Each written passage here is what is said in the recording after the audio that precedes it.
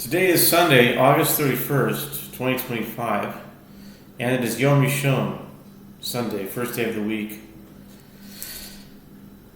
The seventh day of Elul 5785. It is the eighth day of Rabi al-Awwal on the Islamic calendar, the Hijri calendar, the year 1447.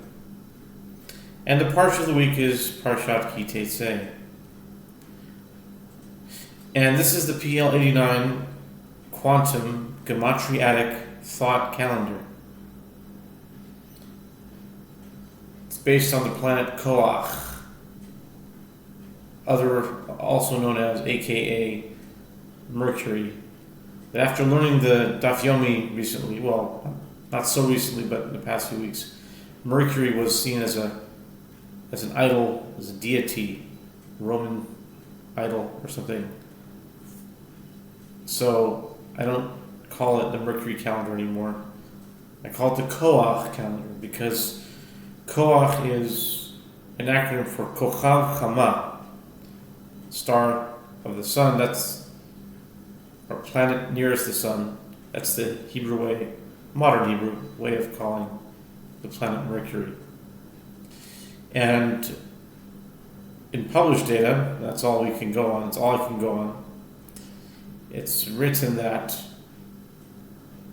the planet Mercury, Kochav Chama, orbits the sun in about 88 of our Earth days. And that's the time frame of this calendar, which is based on a verse in the Bible, in the book of Exodus, regarding the first Redeemer, Moses of blessed memory, that when Pharaoh issued the edict to kill all the baby boys, it's written that after he was born, his mother hid him for Shlosha Yerachim. Vatitzpenehu Shlosha Yerachim. She hid him for 3 months, and that is this calendar, 3 months. 88 days, basically 90 days, basically 3 months. And that's where Mercury comes in. That's where Kochav Chama comes in. But the gematriatic thought calendar is a calendar that's meant to understand the time gematriatically, as it were. And it's a lunar and solar calendar. As you heard, I recently included the Islamic calendar. It's also a lunar calendar, in addition, just like the Hebrew calendar. And today some really interesting things came up. Now, I don't know what you think about the flat earth idea, but it's talked about, and I wouldn't have given it a second thought. It's natural that the earth is round, of course, right? And I'm not saying that it's flat either, but I have just become aware of this debate that's happening, and I know you can prove that it's round because of this and this, and you can see it, lines and horizons and this and whatever, water, surface, all the arguments, and then there's other arguments the other way.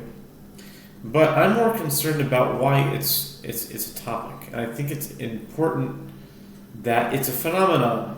Whether it's true or not, it's true that people are talking about it. And I had, different spurts of interest in it, different phases, I guess, of where I'm very interested in, just not, don't even think about it. But just today, I saw a video of some people who were talking about it, and some people say that there's religious flat earthers, there's secular flat earthers, there are people who came to become Christians because of flat earth. That's the video that I was watching, and that's interesting. I haven't heard of it. I don't see that it's talked about much in the Jewish world. That's kind of where I'm stationed. And not much talk about it at all. But in the outside world, you have at least a small contingent of flat earthers, and you could say that there's a lot of weird beliefs. But I've heard people in the Jewish world, actually in the frum world, believe it or not, the Orthodox Jewish world say, I've heard stuff that they try to derive from the Gemara that the earth is flat, and I've heard other people, now that I think about it, talk about flat earth. And I'm not sure I made up my mind about it. I grew up believing that the earth is round, and it's easier to think that it's round. It's, being consistent with everything else. It's hard to imagine all the planets are spheres, and then the earth is just this one flat thing. But I always leave myself up to the possibility. Maybe we're all whatever. Who knows? Maybe it is flat. I don't know. Who knows if it is or not? But what I find more fascinating is the fact that it's being talked about, and I'm trying to understand what the purpose of it is for it to be talked about and debated about.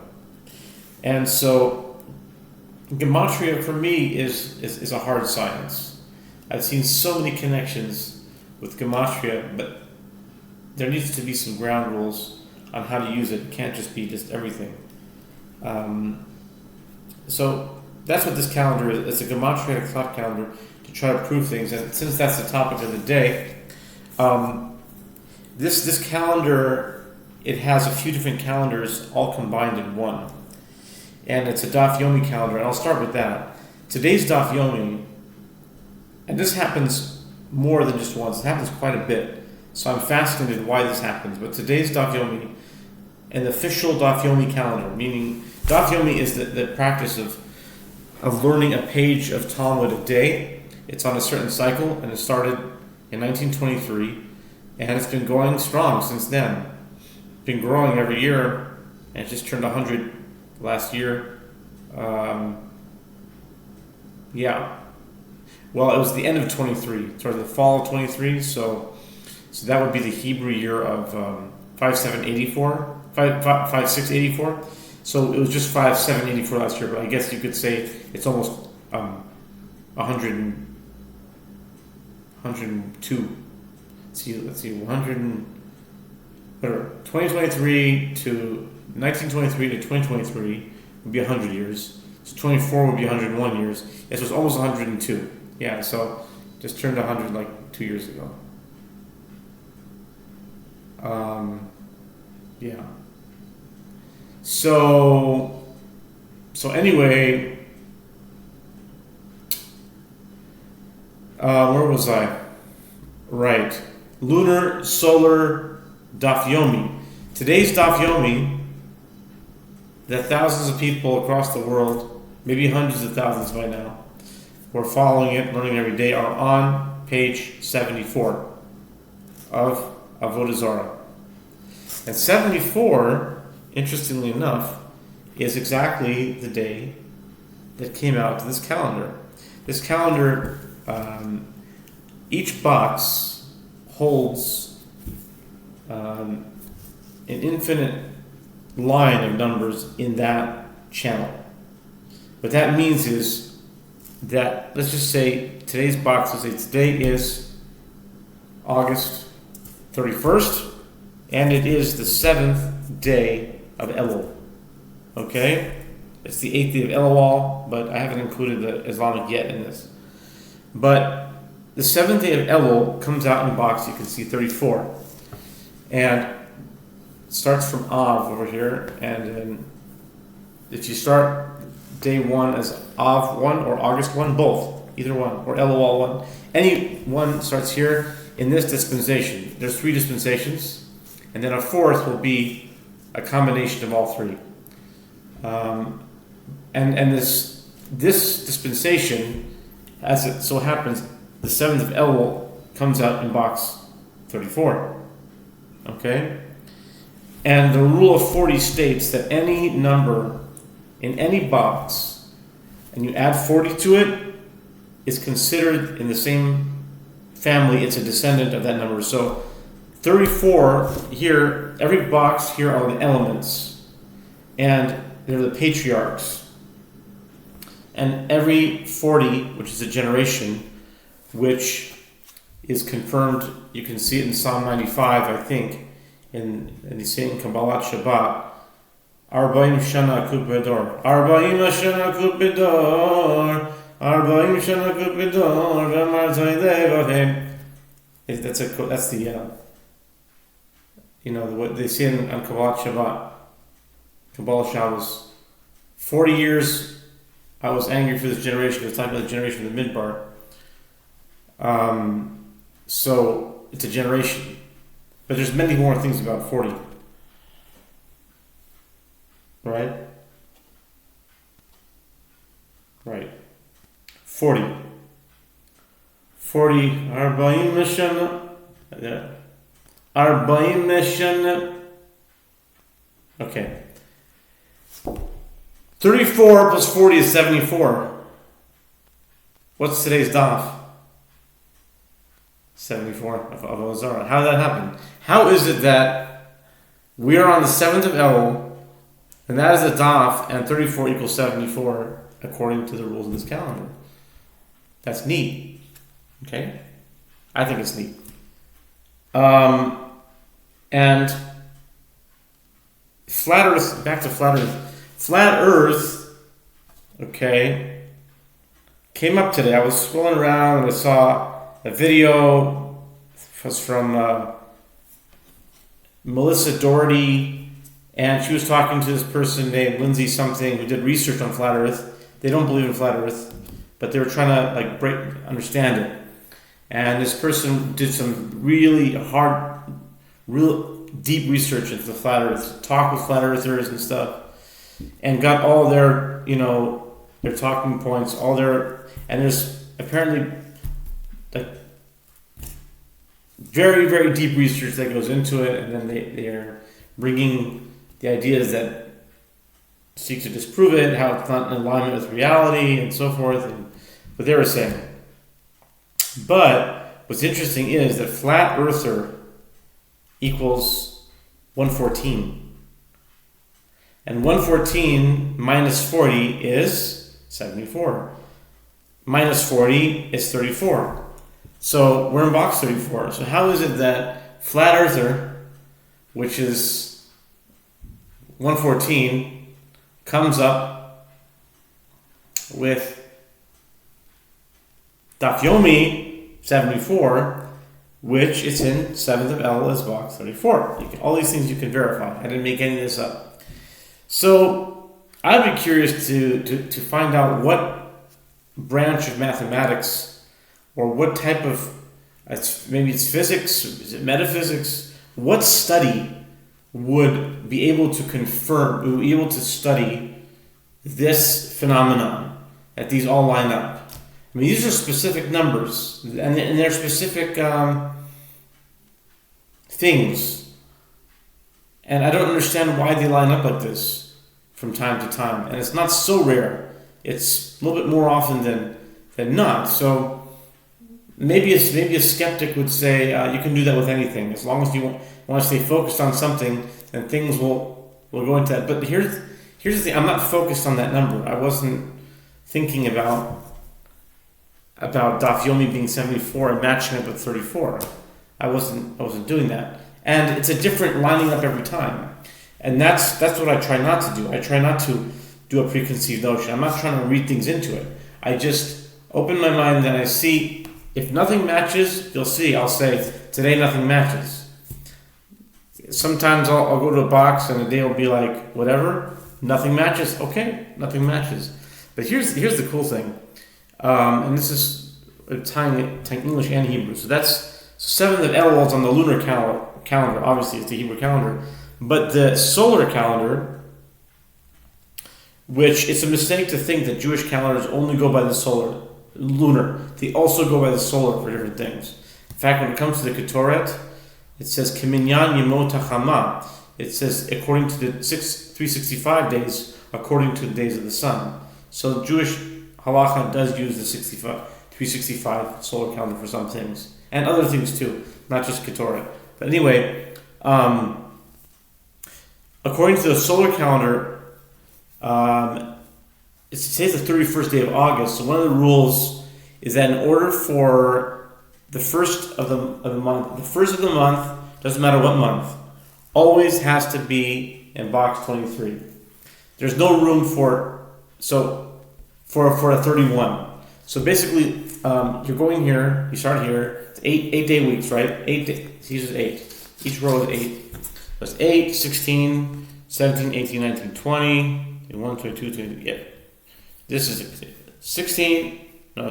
16, 24, and then this is going to be 32. So back to 31. It has to be at 1. It's 30 days right here. When you get to 30 days, you get to here. So what do you do when you get to August 31 or July 31 or January 31? What do? You have to stay in the same box. That's the rule. The same is true if you have less than that, then the box extends. Then one box can go a little bit longer. This box holds it in. What came to mind, it's kind of a halachic reference. There's a halacha in Sukkah and Erevin. It's called Gud Achis and Gud Asik and Lavud. This is like when you have a space of 3 handbreadths, either from the wall up to the ceiling, or if there's a space and there's a wall and then there's a space down there to the ground. I think Gud Achit, you have to say it in a Sephardic way. Gud Achit, it's like your feet. Gud Atik, it's like the attic. That's how, even though it's Gud Asik, they probably good. I said Sephardic, it's like Atik. Atik Yomin. If it's Atik, that's so basically Gud Atik, Gud Asik is the highest, is over, from, there and up, and Gud Achis, Gud Achis is down there. Gud Atik, Gud Asik, Gud Achit. Okay. Where was I? Right. So let's say, so that's why we're in 15, because yesterday we were in 15, it was 30, and now we're still in 15. So, by the rule of 40, what does 15 turn into? 15 can turn into 655. If 655 is a descendant, a direct descendant of 15. Why? Because 15 plus 40 is 55. 55 plus 40 is 95. 95 plus 40 is 135. Plus 40 is 175. Plus 40 is 215. Plus 40 is 255. And now you see that 55 became 255 just the same way. 255 becomes 455. And 455 becomes 655. But what is 655? You might ask. 65 is the gematria of Harav Yitzchak Kaduri. And I don't know if you've heard of Rav Yitzchak Kaduri, but he was a great Kabbalist. He lived to a very old age of 108 or 106, 108 maybe. And saintly, pious, mystic, a Kabbalist. He was known as the Zakan HaMekubalim, the elder of the great Kabbalists that lived here in Jerusalem. And he had a yeshiva that is a Kabbalistic yeshiva, not far from where I live now. And Harav Yitzchak Kaduri has a numerical value of 655, but if you know Hebrew, you'll realize something interesting about what I was just talking about. Flat earth. But Kadur means a ball. And I remember a video of seeing Lubavitcher Rebbe talk to Rav Yitzchak Kaduri, and he said something like, he referenced, he did like a pun. The Lubavitcher Rebbe of blessed memory met with Rav Kaduri, and they have it it's on YouTube. It's in the JEM, in the 770, when you would meet with people, famous people in the Jewish world, and all kinds of people. He met with Bibi Netanyahu back in the 80s or something. He met with the Miss Universe, the Israeli Miss Universe, beauty queen. He told her that the true beauty is inside or something like that. But when he met with Rav Kaduri, he said something like, your prominence or something is spread across the earth. Kadur Haaretz. So he made reference to the ball of the earth. So we see that the Lubavitcher Rebbe thought of the earth as a ball. But what's interesting is that these two boxes, gematriatically, came today. So according to the rules of the PL-89, 15 is 655, and 34 is 74, which is 114, which is flat earther. These things both came up today. So that's the idea behind the gematriatic thought experiment. The gematriatic thought project is seeking to find things that come up that I don't plan beforehand, and to see if they're in fact foretold, if they're scripted, as it were, mathematically.